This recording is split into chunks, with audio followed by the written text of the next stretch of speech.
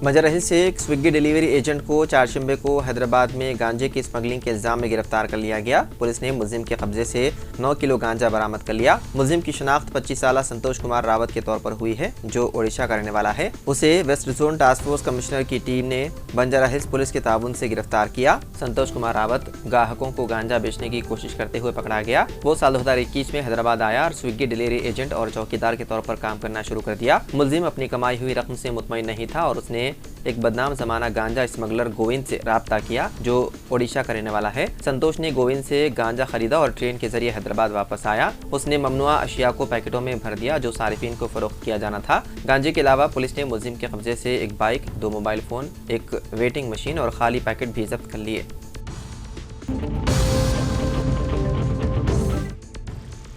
GHMC और वक्फ board की टीमों ने ईदी बाजार के करीब अनमोल होटल के सामने गैर कानूनी तजावुजात को मुनहदिम कर दिया। ये कार्रवाई बुलडोजर की मदद से की गई, जिसका मकसद शहर में तजावुजात के खिलाफ सख्त इक़दाम करना है। ये कार्रवाई शहर में गैर कानूनी तामीरात के खिलाफ जारी मुहिम का हिस्सा है। मुकामी लोगों का कहना है कि यह कदम शहर की सफाई और इंतजामात को बेहतर बनाने के लिए ज़रूरी था। हुक्काम ने मजीद कहा कि इस तरह की कार्रवाइयाँ आगे भी जारी रहेंगी ताकि शहर में तजावुजात का खात्मा किया जा सके।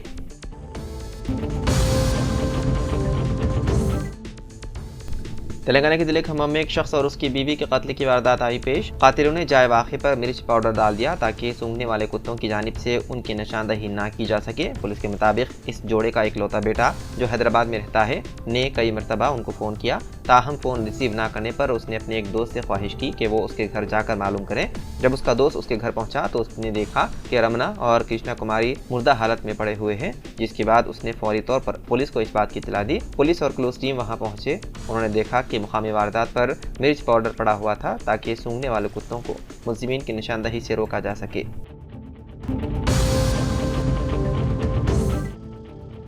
तेलंगाना हाईकोर्ट ने नारायणपेट जिले के मगनूर जिले परिषद हाई स्कूल में गैर मियारी ग़िज़ा की फराहमी के नतीजे में पेश आए फूड पॉइजनिंग के वाक़े पर बरहमी का इजहार किया। चीफ जस्टिस आलोक राधे ने स्कूल में फूड पॉइजनिंग के वाक़े पर शदीद रद्दअमल का इजहार किया। अदालत ने कहा कि हफ्ते में 3 बार खाने में गड़बड़ हो रही थी, तो ओहदेदार क्या सो रहे थे? क्या बच्चों के मरने पर ही कार्रवाई की जाएगी? ये ओहदेदारों की लापरवाही का सबूत है। रियासती हुकूमत इस मसले को संजीदगी से नहीं ले रही है। सरकारी वकील की तरफ से कहा गया है कि 1 हफ्ते में जवाब दाखिल किया जाएगा, जिस पर अदालत ने नाराजगी का इजहार किया। वाज़ेह है कि 26 नवंबर को स्कूल में मिड डे मील खाने के बाद कम से कम 30 तालिबात बीमार हो गई। इसी तरह का वाक़या जुमेरात 21 नवंबर को भी पेश आया था, जिसके नतीजे में तालिबात को अस्पताल में दाखिल किया गया। तालिबात को मतली, चक्कर, पेट में दर्द की शिकायत के बाद अस्पताल में कराया गया था मुंतकिल।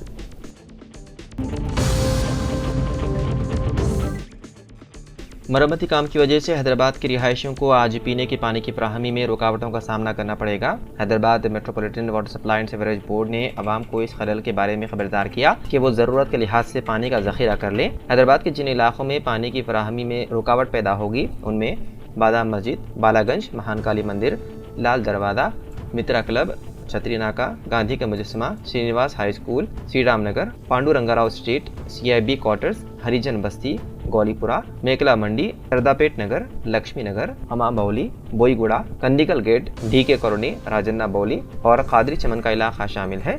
उन इलाकों की रिहायशों को मशवरा दिया जाता है कि वो खलल के दौरान अपनी रोज़मर्रा की ज़रूरियात को पूरा करने के लिए पहले से मुनासिब पानी ज़ख़ीरा करें।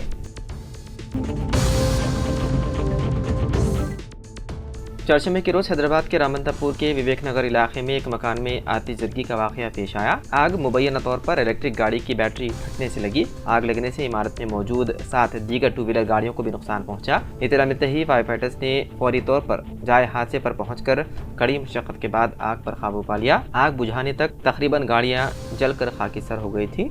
इत्तला मिलते ही मुकामी पुलिस ने मौके पर पहुँचकर एक केस कर लिया दर्ज।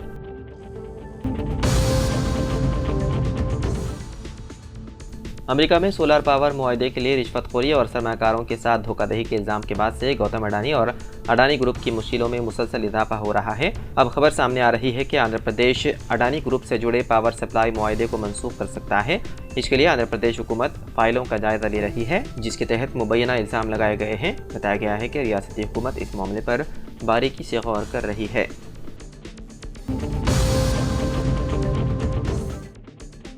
हैदराबाद के पुराने शहर में आरामघर से जू पार्क फ्लाईओवर इफ्तिताह के लिए तैयार है, जिससे ट्रैफिक की भीड़ को कम करने में मदद मिलेगी। इत्तलात के मुताबिक इस फ्लाईओवर का इफ्तिताह वज़ीर आला रेवंत रेड्डी के जरिए दिसंबर के पहले हफ्ते में किया जाना है।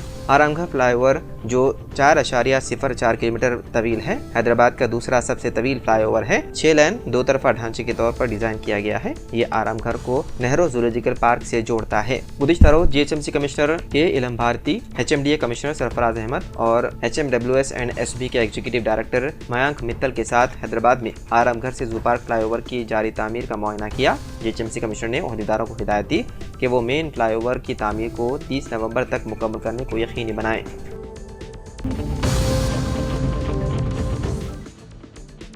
कुमरम भीम आसिफाबाद जिले के वानखेड़ी मंडल में तेलंगाना और महाराष्ट्र के सरहदी इलाके में एक शेर देखा गया। इस मंजर ने इलाके में मुकामी लोगों और मुसाफिरों में खौफ और तशवीश पैदा कर दी। शेर को इस इलाके से गुजरने वाली गाड़ियों के ड्राइवरों ने वीडियो में रिकॉर्ड किया, जिससे उसकी मौजूदगी की तस्दीक हुई। वीडियोस की सोशल मीडिया पर तेजी से फैलने से शेर की नकल हरकत पर लोगों में तशवीश देखी गई। जंगलात के एहलकार इस सूरत हाल पर नज़र रखे हुए हैं और मुकामी लोगों को जंगलाती इलाकों में गैर ज़रूरी तौर पर जाने से बचने की हिदायत दी।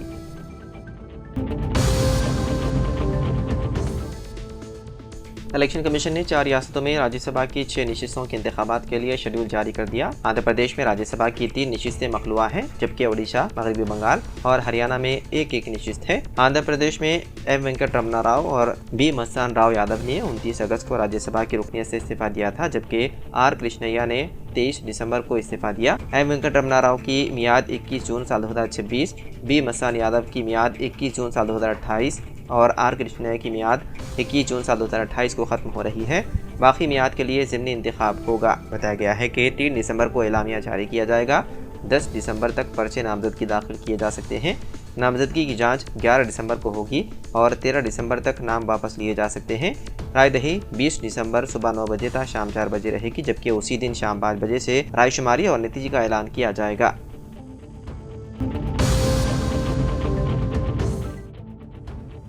महकमे ट्रांसपोर्ट को फैंसी नंबर के अलाटमेंट के जरिए एक दिन में 52,52,000 रुपए की आमदनी हुई। हैदराबाद के जॉइंट ट्रांसपोर्ट कमिश्नर ने बताया कि खैरताबाद ट्रांसपोर्ट ऑफिस में फैंसी नंबरों के अलाटमेंट से ये भारी रकम महकमे को वसूल हुई। सबसे ज्यादा आमदनी PG09D 0001 फैंसी नंबर पर 11,11,111 रुपए की आमदनी हुई। ये नंबर आर राजीव कुमार नामी एक शख्स ने ऑनलाइन बेटिंग में हासिल किया, जबकि PG09D 0009 नंबर से 10,40,000 रुपए की आमदनी हुई।